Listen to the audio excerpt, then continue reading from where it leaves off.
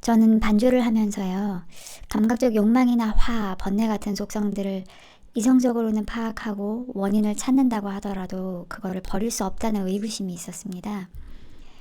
그래서 그 의구심의 원인을 파악하다 보니까 의심 자체가 법에 대한 확신이 없고 어리석음을 기반으로 일어나는 게 결국엔 성과를 얻고 싶은 욕망에서 비롯된다고 반주를 했고, 그리고서 겨우 며칠 반주 수행을 했을 뿐인데 그것으로 빠른 성과를 얻으려는 욕심은 결국에는 화를 일으키고 수행이 더 깊어지는데 전혀 도움이 못 되면서 해롭다고 파악을 했는데요. 파악을 했는데도 불구하고 며칠간 반복되는 것은 그 번뇌가 버려지고 난 후에 반주의 이익에 대해서 적는 항목에 아무것도 적을 수가 없더라고요.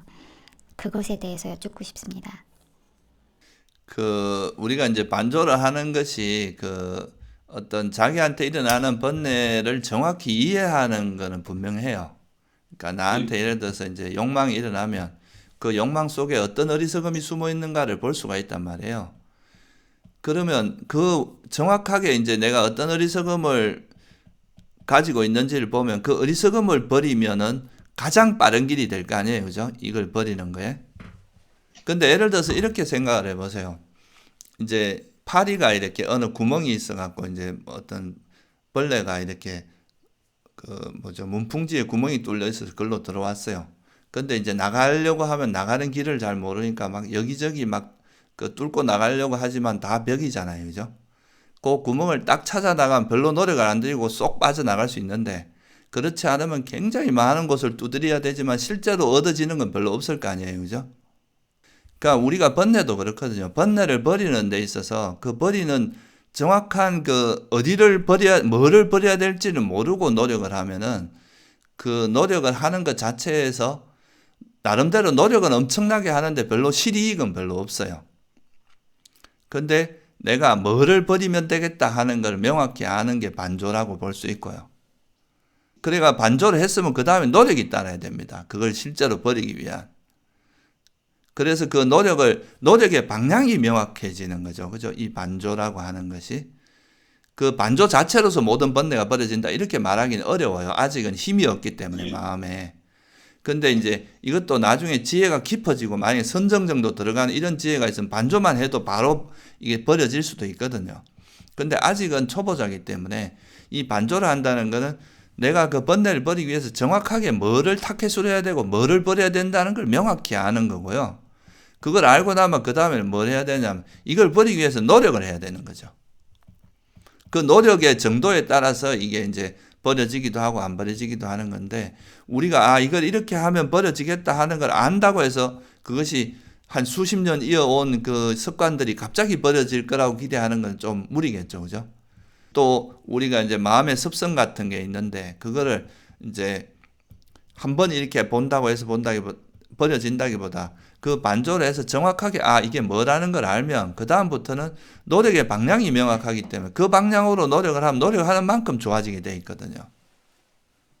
그러니까 반조의 의미는 어떻게 보면은 우리가 이제 모든 번뇌가 일어나는 것은 다 어리석음을 기반으로 하고 있어요. 그러면 이 어리석음이 뭔가를 정확히 알면 그 어리석음을 타파하는 지혜를 개발하면은, 예를 들면 내가 괴로움을 행복으로 봤다. 이러면 이걸 괴로움으로 보는 지혜를 개발하면 될 거 아니에요. 그죠? 그러니까 무아인데 내가 있는 것처럼 내 것인 것처럼 봤다. 그러면은 무아를 관찰하면서 이 어리석음을 버릴 수가 있을 거고, 영원하지 않은 것을 영원하다고 잘못하는 어리석음이 있다면 그걸 무상으로 관찰을 하다 보면 또 버려질 거 아니에요. 그죠? 그런 식으로 이제 노력의 방향이 명확해지는 거지, 노력하는 것 자체를 하지 않고서 이게 버려지진 않는다는 거죠.